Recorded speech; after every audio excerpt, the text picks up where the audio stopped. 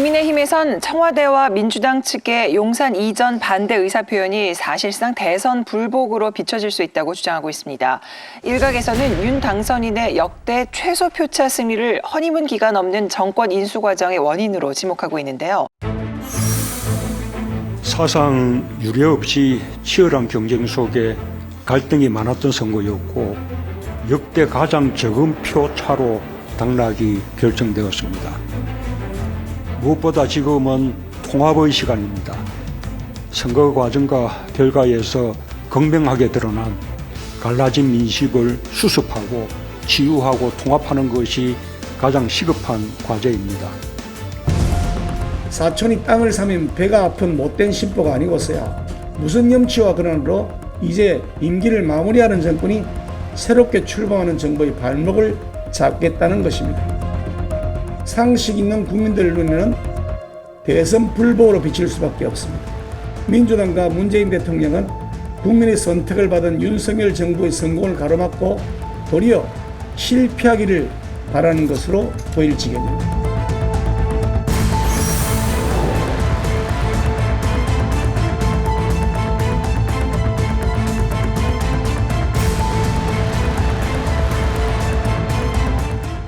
이 청와대 이전은 문재인 대통령이 두 번이나 공약했던 사안인데 실천을 못했죠. 네. 왜 그렇게 했습니까? 청와대 들어가 보니까 너무 좋은 거예요. 권력의 달콤함에 그래 포기를 했었던 것인데. 아니 잠깐만요, 권 의원님. 아니 예. 너무 좋아서 거길 못 나왔다기보다는 경호 문제 때문에 검토하다가 안 된 거 아니에요? 그러니까 경호 문제도 있지만은 막상 들어가 보면은 청와대만큼 좋은 데가 없거든요. 그런데 자신들이 지키지 못했던 것을 우리 윤석열 당선인이 지키겠다고 하니까 이건 뭐 왜 그렇겠습니까? 순전히 반대를 위한 저는 반대다 이렇게 보고요. 이 정도 되면 대선 불복 아니겠습니까? 결국은 민주당은 이 문제를 갖고 자신들이 지지층을 결집해서 지방선거에 이용하겠다는 뜻 아니겠습니까?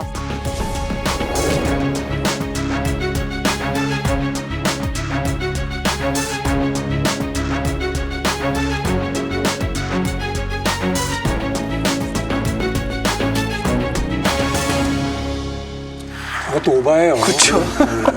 그러니까 정치는 오버하면 지고 제가 잘 모릅니다만 골프는 머리 들면 진다면서요.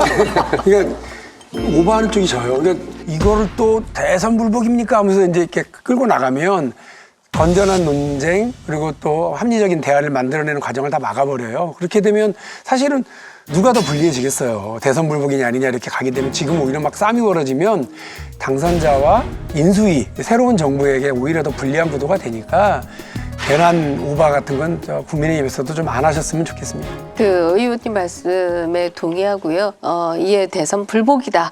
이렇게 나오는 것도 오바다라는 생각은 저도 같이 합니다. 그럼에도 불구하고 현직 대통령이 가장 작은 표 차이로 이겼다. 당선자가. 이렇게 얘기하는 것도 이것도 문제 아닌가 하는 생각이 들죠. 어느 정도의 지지율의 차이로 이겼는가. 이것은 저는 현직 대통령이 얘기할 필요가 하나도 없는 문제가 아닌가 하는 생각이 드는데요. 최소 표 차이로 이겼다라고 하는 것을 굳이 주지해서 얘기할 필요가 있는가 이 생각을 하게 되고요.